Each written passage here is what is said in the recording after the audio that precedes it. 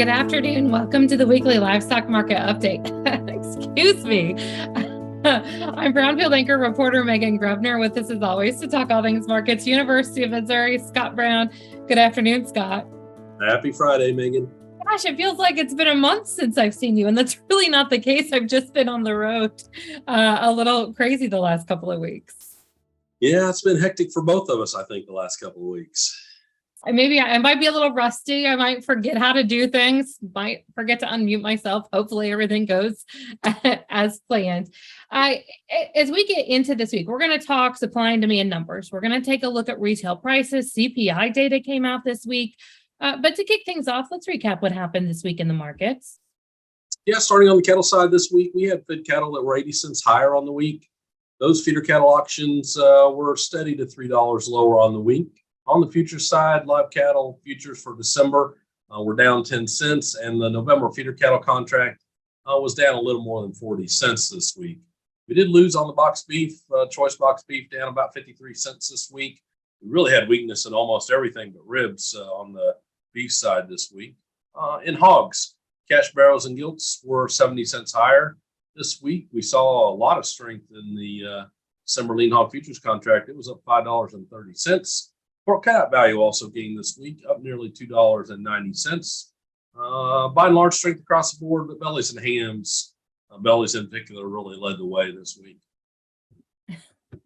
Bellies really have just been an interesting story.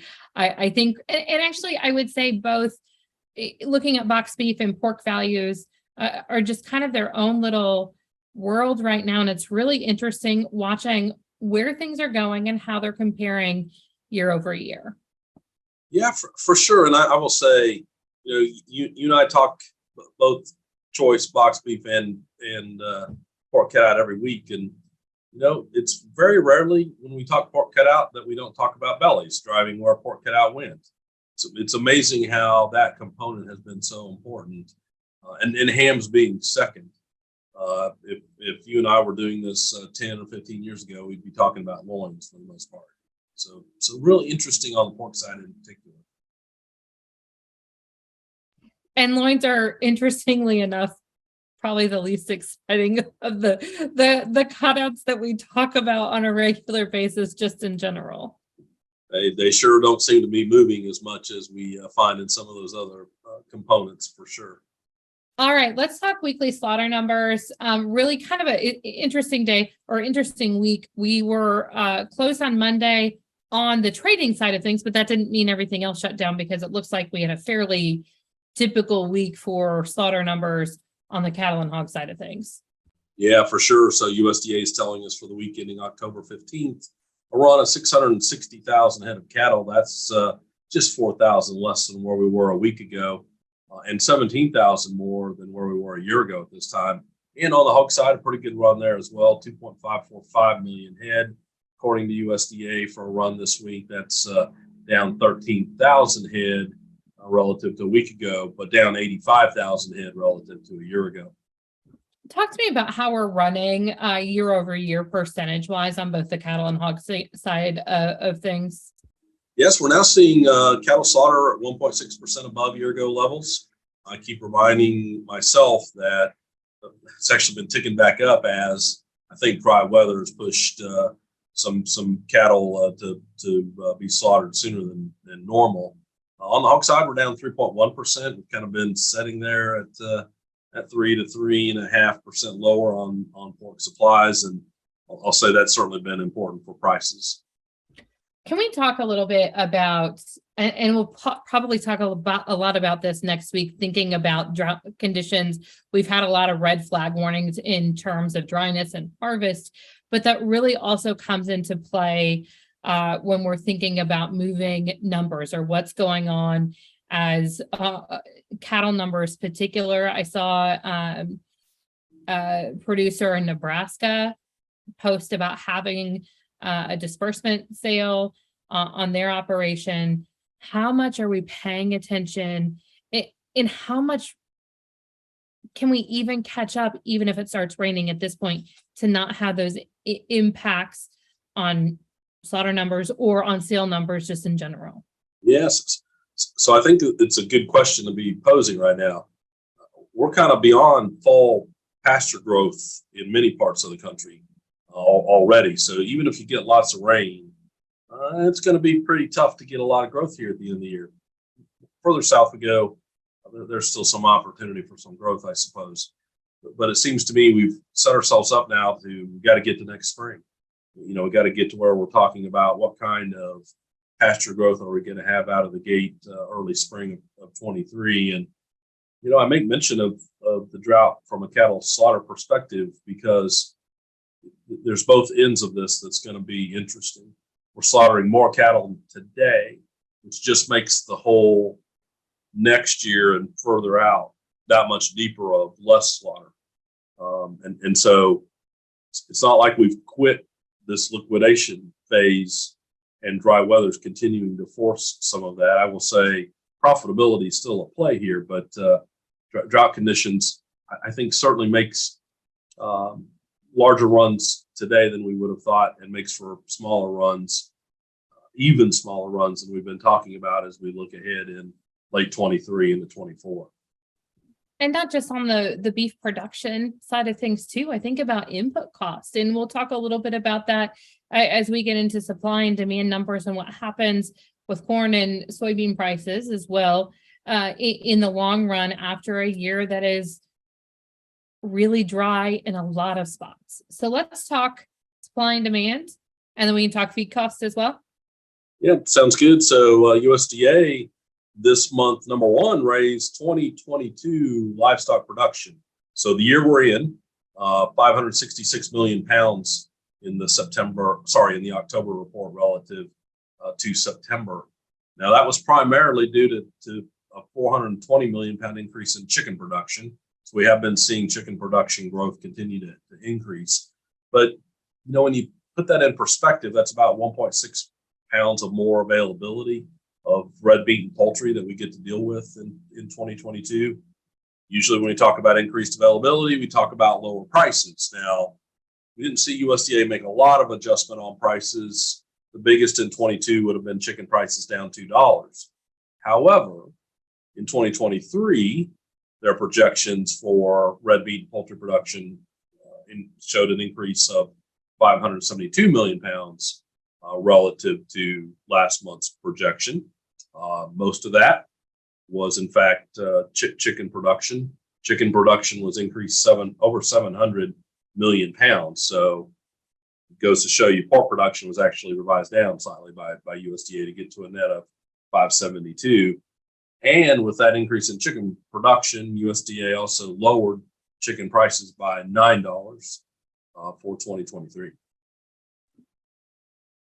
How much do I think about the fall cases of highly pathogenic avian influenza coming into play again? We haven't seen as many commercial operations impacted, but I would assume it's still fairly early. Does that come into play as we look ahead to 2023 also? For sure. And I think that's maybe the uncertainty here of if we start to talk about similar kinds of high path AI outbreaks as we had last year, USDA may have to come back and trim down a little bit. I think folks are getting maybe a little better at handling some of the high path AI issues that we've had in the past, because we've got to deal with them more regularly now as well. So, but certainly that's one we'll have to keep an eye on as we look ahead.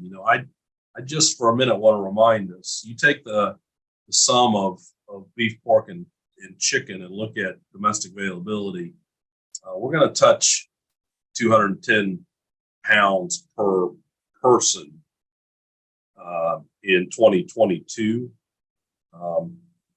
It wasn't that long ago, and I'll say it was 2014 when we were at 185. So that's a lot of per cap, or a lot of domestic availability per person that you don't want to forget that if demand doesn't stay strong at that level of total availability, I get a little worried about where we go. No meatless Mondays in these houses. Lots of bacon, right? Is that the household favorite there, Megan? So I will tell you this, we are one of those households where our consumption of meat is probably just about every day. But for example, we're having mapo tofu for supper tonight, which is a meal that is, like centered around tofu, but also has pork built in around it. So we love the meat in this house, but we also like, as Ronan will tell you, one of my twins, thank you farmers for my tofu, because he is an edamame and tofu eating fool. So, we love everything. We love all ag products in this house, but we are definitely a meat heavy household. I want to talk retail prices. As we take a look at those numbers, we're lower than a year ago, right? But I would assume that that's not the full picture here. Yeah. So for sure, that's on beef that we're lower than a year ago. You look at the choice retail beef price for September, it was $7.60 a pound. That's a little more than 3% below a year ago. However, relative to September of 2019, we're just a measly 26.5% higher still. So we are coming down, but we're well above where we were, kind of those pre-COVID levels. You look at retail pork prices for September, $5 a pound. They were actually up about 6% relative to last year, and up nearly 29% relative to September of 2019. So it's depends on your point of comparison. I think we're likely seeing a little less overall CPI for food inflation coming from meats in particular. That wasn't the case 12, 16 months ago, but we're also talking about being at much higher levels, and that really hasn't eased much to this point. So I think it's really interesting too, when we talk about retail prices, we take a very narrow scope or a very narrow view of this, but even at higher prices, it doesn't mean that we have to stop eating beef, or it doesn't mean we have to stop eating pork. There are fantastic cuts of meat along every single and really available to everybody's budgets. And I think it's really interesting. I was in Denver, the Denver area, to start the week with National Cattlemen's Beef Association, and the work that they're doing to highlight and to feature some of those lower price point beef items. So beef stays at the center of the plate for everybody's households. Yeah, I think it's a good time for that discussion, especially when you look at some of the aggregate data that we see. It's steak prices are lower this year, ground beef prices are higher this year generally, which reminds me that we are seeing consumers trying to find less expensive alternatives, and so I think staying focused on what the consumer is facing today in terms of some of that economic uncertainty, and showing them some of the more inexpensive opportunities, I think is a win here for the next several months. Anything else we need to touch on the retail price side of things? So it's interesting. I will close here by reminding us. So when we talk retail prices, we're talking about what Bureau of Labor Statistics gathers in terms of retail prices. Those are non-specials. We can get from the Ag Marketing Service of USDA a little different survey. Now they're going into stores to do this survey, not statistically valid survey, but they will take into account if I go in and I get a buy one, get one free, or whatever it is. So that measure of retail price isn't as precise as I would like it to be to really get a handle on what's the effective price at times consumers are paying. So I encourage folks, as inflation and food inflation in general stays at the front of the discussion, that you think carefully about the different measures of retail prices. I think it's interesting too, looking at the big picture about your loss leaders. So what is the store going to take a hit on? Eggs are a big one, especially right now where prices of eggs just have gone, to be able to get consumers in the store and buy groceries.